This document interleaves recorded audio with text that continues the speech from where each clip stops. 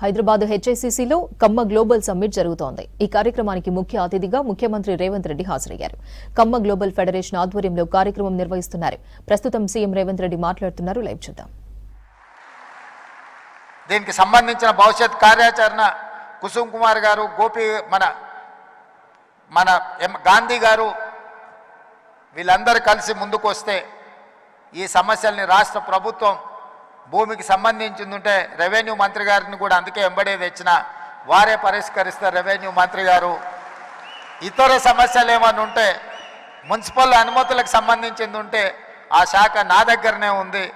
నిర్మాణానికి నిధులు కావాలంటే R&B శాఖ వెంకటరెడ్డి గారు ఇక్కడనే ఉన్నారు.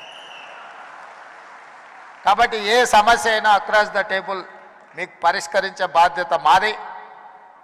ఈ కార్యక్రమం బాగా జరగాలి, భవిష్యత్తులో ఇంకా పెద్దగా ఎదగాలి, 10 మందికి ఉపయోగపడాలి. ఏ విధంగా అయితే మీ పెద్దలు, మీ తాతలు, ముత్తాతలు 10 మందికి పట్టెడు అన్నం పెట్టినరో, భూమిని నమ్ముకొని ఉన్నారో, ఆ భూమిని సొంత ఊరును మరవకండి.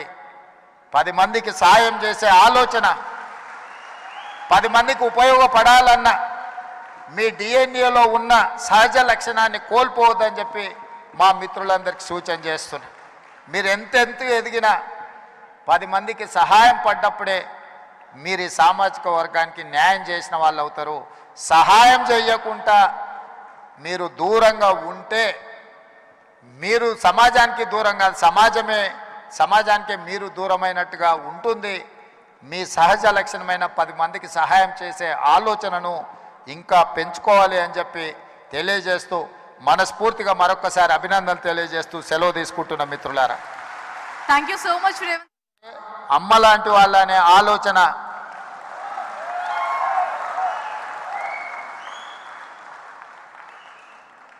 అమ్మ అంటే ఆకలి మీద వచ్చిన ఏ కొడుకునైనా ఎవరినైనా కడుపు చూస్తుంది, ఆకలితో ఉన్నాడేమో ఏమైనా పెడదాము అని. అందుకే కమ్మవారు భూమిని, నేలను నమ్ముకొని వ్యవసాయం చేసి మట్టిలో నుంచి బంగారాన్ని తీసే పంటలు పండించి 10 మందికి సాయం చేసే కమ్యూనిటీ కమ్మ కులం.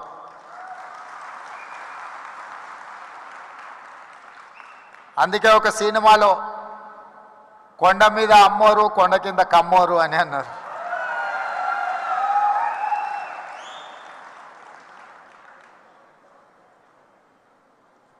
నేను మామూలుగా మా మిత్రులతో అంటుంటా, కమ్మాస్ ఎక్కడున్నారో మనం గుర్తుపట్టాలంటే పెద్ద రీసెర్చ్ చేయాల్సిన అవసరం లేదు. సారవంతమైన నేల, సమృద్ధిగా నీళ్ళు ఎక్కడ ఉంటాయో ఎత్తుకుతే అక్కడ తప్పకుండా కమ్మాస్ ఉంటారని చెప్పి, అది ఇవాళ కర్ణాటక అయినా, తమిళనాడు అయినా, తెలంగాణ అయినా, ఆంధ్రప్రదేశ్లో అయినా ఎక్కడ చూసినా సారవంతమైన నేలలుండి మంచి పంటలు పండించగలిగిన, మంచి పంటలు పండుతాయన్న భూమి ఉన్న ప్రతి దగ్గర కమ్మ సోదరులు అక్కడ ఉంటారు.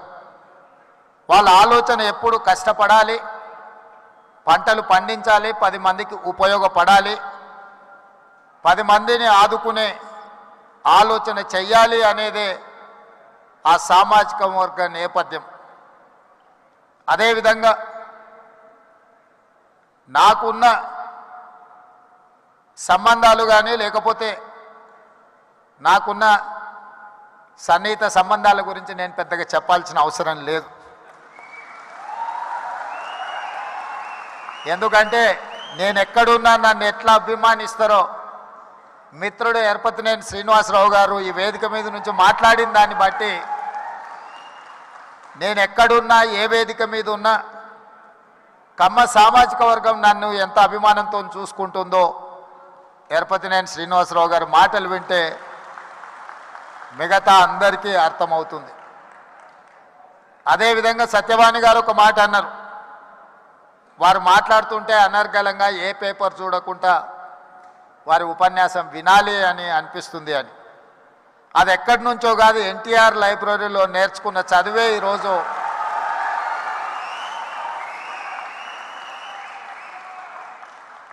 NTR లైబ్రరీలో మేము చదువుకున్న చదువు ఇవాళ జీవితంలో ఉన్నత స్థానాలకు రావడానికి ఉపయోగపడ్డదని నేను గట్టిగా అందరి ముందు చెప్పడానికి ఏమాత్రం జంకను. మనం వచ్చిన నేపథ్యం, మన రాణించిన తీరు, మనకు అవకాశం ఇచ్చిన వాళ్ళను తక్కువ చేసి మాట్లాడవలసిన అవసరం లేదు, చిన్న చేసి చూడడము పద్ధతి కాదు. అదేవిధంగా కమ్యూనిటీకి సంబంధించిన గొప్ప వ్యక్తుల గురించి, చరిత్ర గురించి మా మిత్రులు చాలామంది చెప్పారు. మిత్రుడు కుసుమ్ కుమార్ గారు ఎన్టీఆర్ కంటే ముందు 52 మంది కమ్మ సామాజిక వర్గం ఎమ్మెల్యేలు ఉండేవాళ్ళు అని అన్నారు. కానీ ఎన్టీఆర్ వచ్చిన తర్వాత ఎన్టీఆర్ ఒక బ్రాండ్ క్రియేట్ చేసింది. NTR is brand for politics, NTR is brand for leadership. వారు ఇచ్చిన అవకాశాలతోని ఆ రాష్ట్రమైనా ఈ రాష్ట్రమైనా ఏ రాజకీయ పార్టీ అయినా ఈరోజు నాయకులు ఉన్నారు అని అంటే ఎన్టీఆర్ గారు ఆనాడు ఇచ్చిన అవకాశాలే. ఇవాళ ఇక్కడ ఆయనను అవమానించేటట్టు మాట్లాడిన వాళ్లకు అవకాశం ఇచ్చింది ఆయన్నే. ఇవాళ ఆయన గౌరవం ఉండాలి, ఆయన పేరును స్మరించుకోవాలని చెప్పేవాళ్ళు కూడా ఆయన ఇచ్చిన నాయకత్వంతో వచ్చినోళ్ళే. అది ఎన్టీఆర్ లోపము, ఎన్టీఆర్ తప్పు కాదు. ఎన్టీఆర్ అందరికీ అవకాశం ఇచ్చిండు. అవకాశం వచ్చిన వాళ్ళు ఒక్కొక్కరు ఒక్కొక్క రకంగా ఉండొచ్చు, అది వాళ్ళ యొక్క విజ్ఞత. అదేవిధంగా ఎన్జి రంగా, అదేవిధంగా వెంకయ్య నాయుడు. ఈనాడు చంద్రబాబు నాయుడు గారి గురించి నేను చెప్పాల్సిన అవసరం లేదు.